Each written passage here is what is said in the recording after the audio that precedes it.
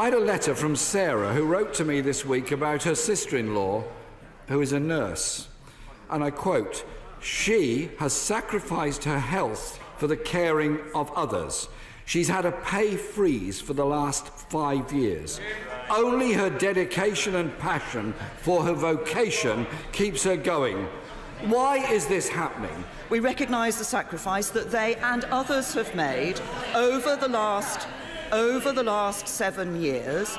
That sacrifice has been made because we had to deal with the biggest deficit in our peacetime history, left by a Labour government. And the right honourable gentleman seems to think that it's possible to go around promising people more money and promise that nobody is ever going to have to pay for it. We both value our public sector services. The difference is, on this side of the House, we know you have to pay for them. The Prime Minister doesn't seem to have had any problem finding money to pay for the DUP's support. The Conservatives have been in office for 84 months. 52 of those months have seen a real fall in wages and income in our country. Does the Prime Minister agree you cannot have a strong economy when 6 million people are earning less than the living wage? I'll tell the right honourable gentleman when you can't have a strong economy. It's when you adopt Labour Party policies of £500 billion extra borrowing, which will mean more spending, more borrowing, higher prices, higher taxes and fewer jobs. Can I invite the Prime Minister to take a check with reality on this? 3.8 million people in work are now living in poverty. 55% of people in poverty are in working households.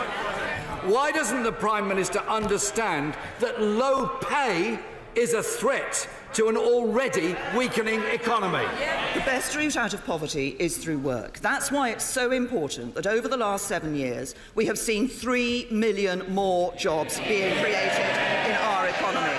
And I look along that front bench opposite, Mr. Speaker, and I see a cabinet bickering and backbiting while the economy gets weaker and people are pushed further into debt. The reality is wages are falling, the economy is slowing, the construction sector in recession, trade deficit widening, and we face crucial Brexit negotiations.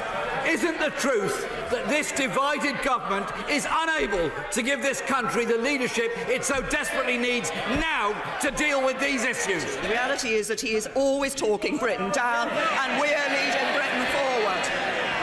And let's look at the record of the Conservatives in government. 3 million more jobs, 4 million people out of paying income tax altogether, over 30 million people with a cut in their income tax, record levels of people in employment, record numbers of women in work, deficit cut by 3/4, inequality down, record levels of foreign direct investment. That's a record to be proud of, and you only get it with a Conservative government.